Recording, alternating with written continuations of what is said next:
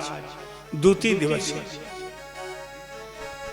भैया राजवीर सिंह जी यादव ने, कश्मीर सिंह यादव ने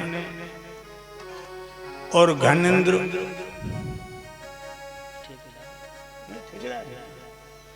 घनेंद्र भैया ठेकेदार जी व समस्त इस परिवार ने 7 दिन के लिए ज्ञान की गंगा यहाँ बहाने के लिए सारी व्यवस्था की। आप जैसी पंचभौतिक शरीर में अवतरित पुण्यात्माओं को यहाँ स्थान दिया। ये भक्तों, धर्म का जो काम यहाँ हो रहा है, पुण्य आत्माएं आप जैसी यहाँ आकर पांडाल में बैठ गए और मुझे तो इतनी बड़ी खुशी है कि भैया राजवीर सिंह जी ने, कश्मीर सिंह जी ने हमें यहाँ बुलाकर आप जैसे देवताओं को दर्शन कराया। भाइयों, वो लोग बड़े किस्मत वाले होते हैं जो प्राणों के प्राण परमात्मा के लिए मेहनत की कमाई धर्म में लगाते। वैसे पैसा तो सभी पैदा कर लेते, भांड वेश्याएं भी कर लेती,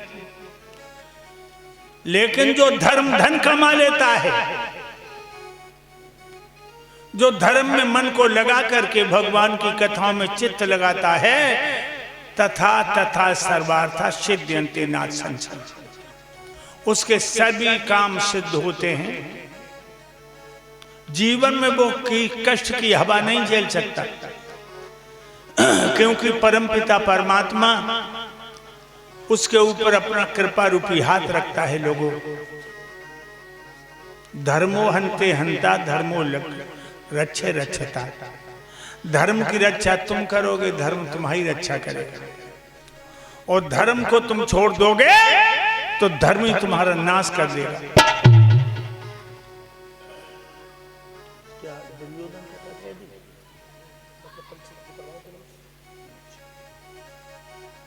भाइयों, अभी आप लोग इस मंच पर हमारे शिष्य के मुंह से महाभारत का सुंदर आख्यान श्रवण कर रहे थे। हमारा शिष्य ओमदेव जो कंगरोल का निवासी है, इसने भी हमारे चरण चरणों पर चल करके हमारे नाम को रोशन किया है। भाइयों, ये महाभारत की कथा जो तुमने सुनी है,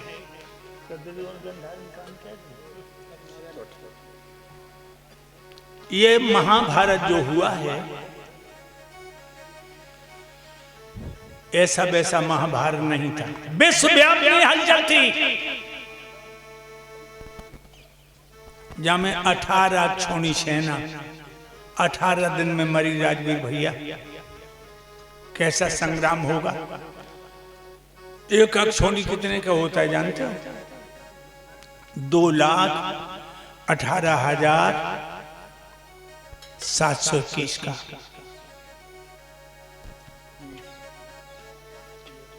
जहां में 18 दिन में 18 अक्षौणी मरी, वो को ज्यादा मरो जानते? सबसे ज्यादा जमे अहिर मरे, सबसे ज्यादा यादव मरे, क्योंकि दुर्योधन के साथ नारायण सेना थी, सब दोहरका के यादव थे। ये महाभारत का घाटा पूरा नहीं हो सकता। धरती लाल थी, आकाश लाल था, उसके बीच में भारत के लाल सो रहे थे। वो यादवों के बेटा जिंदा पे जिनके रोम नहीं छू पाए, और मरने के बाद उनकी आंखें आंतें चीलो कौआ निकाल। खून कितना था कुरुक्षेत्र में, जंघाओं तक खून था, जांघों तक लाशें तैर रही थी खून में। भूत भैरव तांडव मसान चुड़ैलें काली कत्यानी छिन्न मस्ता, ये जो थी खून की होली खेल रही थी, हीरों के खून की होली। दुर्योधन की कमर तोड़ दे भीम ने। एक बात बता, पापी की भगवान पहले कमर ये तोड़ो कत्तो पापी की। तुमने बहुत से बुढ़ा देखे होंगे गली में कमर कमान बनी झुके जाए रहे। इनने जुआनी पे आदमी को आदमी ना समझो, भगवान ने कमर तोड़ दी। इनने जुआनी में पराई बहन बेटियां तक खेतन की मैंने काटी, ब्याज ले लेके गरीब के बच्चे भटकाए, भगवान उनकी कमर तोड़ देता है। पेट के बल दुर्योधन पड़ा चिल्ला रहा है, भैया दुशासन तुम कहां हो? बहनोई जयद्रथ तुम तो चले गए। गुरुपुत्र अश्वत्थामा भैया कहां है तू? आवाज लाशों में दब गई तो लो चील कौआ टूट पड़े। दुर्योधन की आंखें फोड़बे को आगे तो बन पक्षी हटाए, पीछे थे सियार ने मांस की बकोटी भर ली। लोगों किसकी बात कर रहा? उस दुर्योधन की जो अपने घर में से चलता था तो पखेरु छाया कर लेते थे। एक बात और बताएं, राजवीर भैया सुन रहे? कश्मीर भैया, जब तुम बुरो कर्म करेगा बहुत आनंद आएगा। जब बुरा कर्म करोगे बहुत आनंद आएगा, लेकिन परिणाम बड़े भयंकर देखे गए। बुरा कर्म है खून की तरह, खून सुर्ख लाल होता है, जमीन पे थोड़ी देर में काला हो जाता है। इसी तरह जब तुम बुरा कर्म करोगे बहुत आनंद आएगा, बहुत आनंद आएगा, परिणाम बड़ा भयंकर। बुरा कर्म होता है बबूल के बीज की तरह।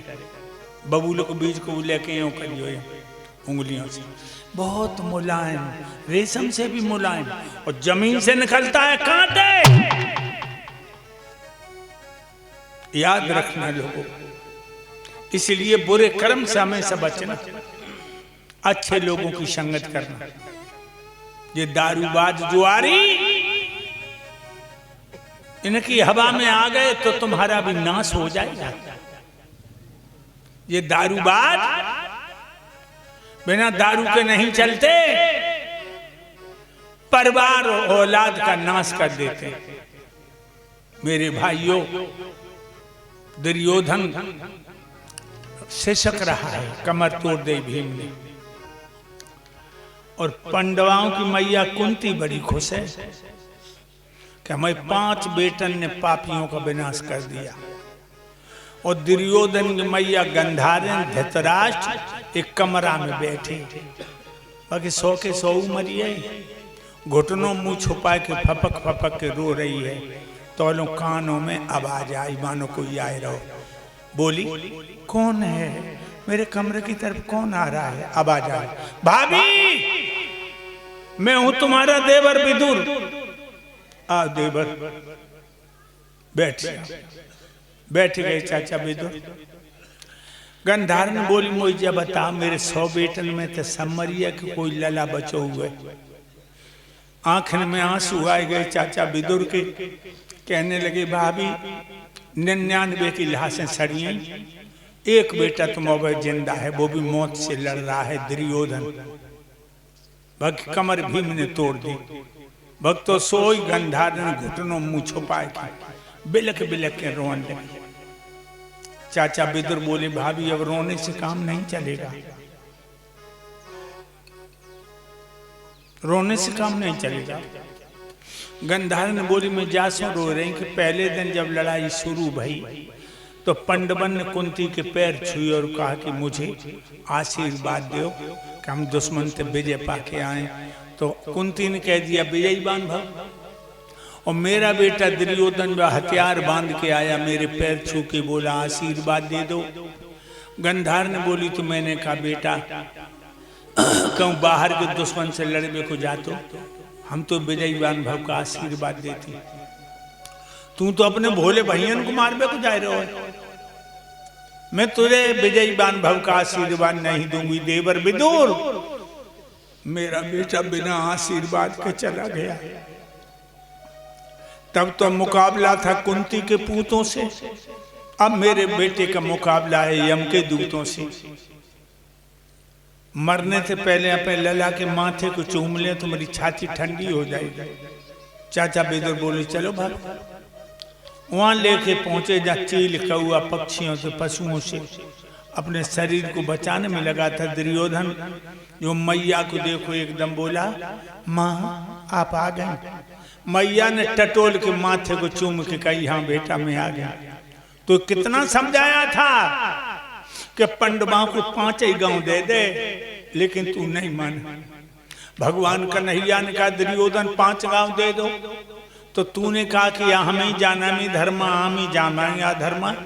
मैं धर्म को भी जानता हूँ अधर्म को भी जानता हूँ। धर्म में मेरी प्रवृत्ति नहीं है और अधर्म से मेरी निवृत्ति नहीं है। बिना युद्ध के सुई की मोल नहीं देंगे, सुई की नोक पर। बेटा ब कन्हैया ने तो समझाओ तो नहीं माने, और जब हमने तो कही कि भगवान की बात मान, तो तूने कही कि मैया जो भगवान है हीरो छोड़ा, जो हीरो भगवान है। जहां में एक ही गुण है कि बंसी अच्छी बजा लेता है। गंधार ने बोली लला ब कन्हैया की बंसी ने बंसी बन के तुम मछली की तरह फांस लो। ब कन्हैया की बंसी और परिवार का नाश हो गया। दुर्योधन कहने लगा मैया तुम सच कह रही हो।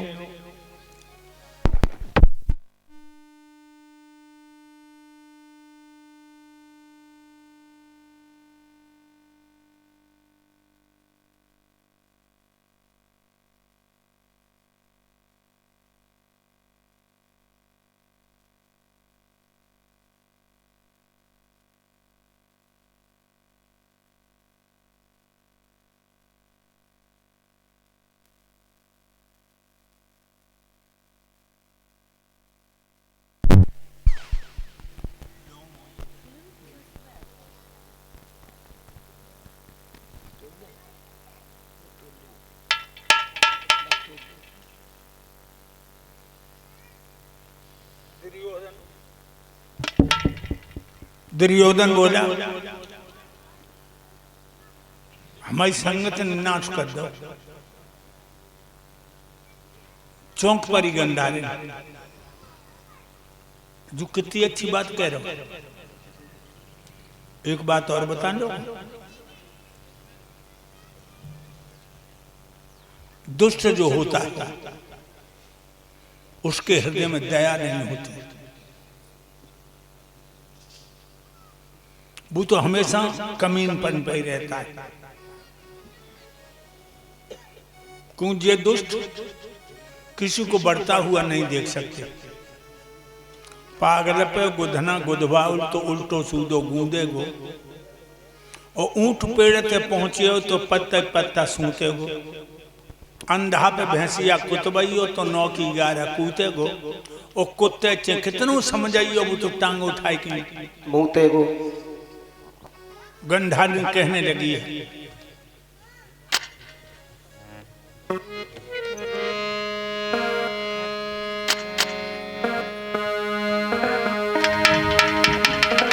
आई तो याद धर्म की अंत समय पर आई,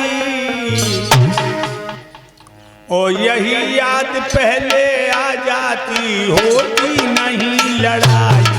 यही याद पहले जो आ जाती होती नहीं लड़ाई। यही याद पहले जो आ जाती होती नहीं लड़ाई। अरे आई तो याद धर्म की,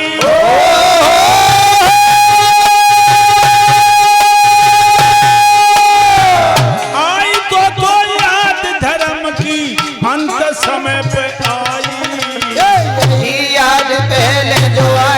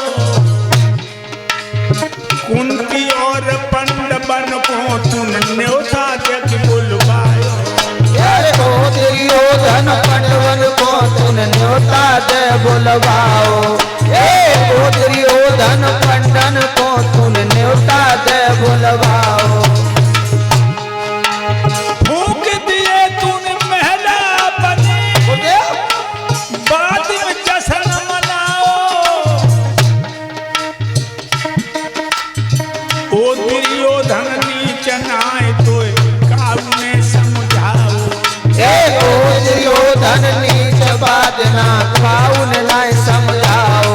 ओ दुर्योधन नीच बात ना खाऊन नहीं समझाओ। बादल कृपा भाई विदुर की, भाई विदुर की, भाई विदुर की।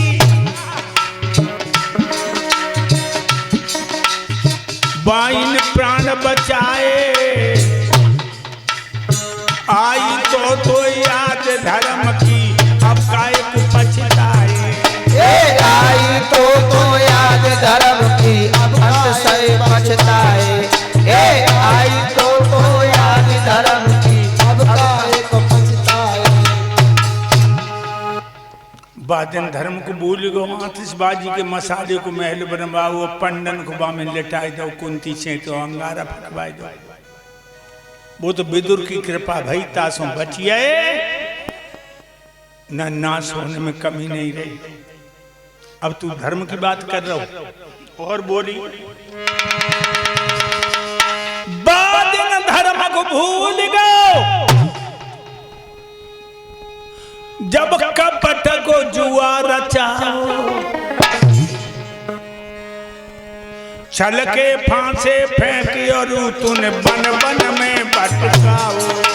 छल के फांसे फेंक बन बन में भटकाओ। छल के फांसे फेंक बन बन में भटकाओ। नार द्रौपदी को दुशासन भरी सभा में लाओ। ओरे दुर्योधन नीच बात नाश, धर्म याद नहीं आओ। ओ दुर्योधन नीच बात ना धर्म याद नहीं आयो। ओ दुर्योधन नीच बात ना धर्म याद नहीं आयो। बेटा समझा रही है कि औरत के महीना में 3-4 दिन ऐसे होते हैं, छूना तो बहुत दूर है, बाकी शरीर को नहीं छूना चाहिए, छाया से बचना चाहिए। जब वो मासिक धर्म से होती, दुर्योधन द्रौपदी मासिक धर्म से थी, उसने नहा के कपड़ा नहीं बदल पाई, और तूने कहा जा औरत को नंगी करके मेरी जान पे बैठा है।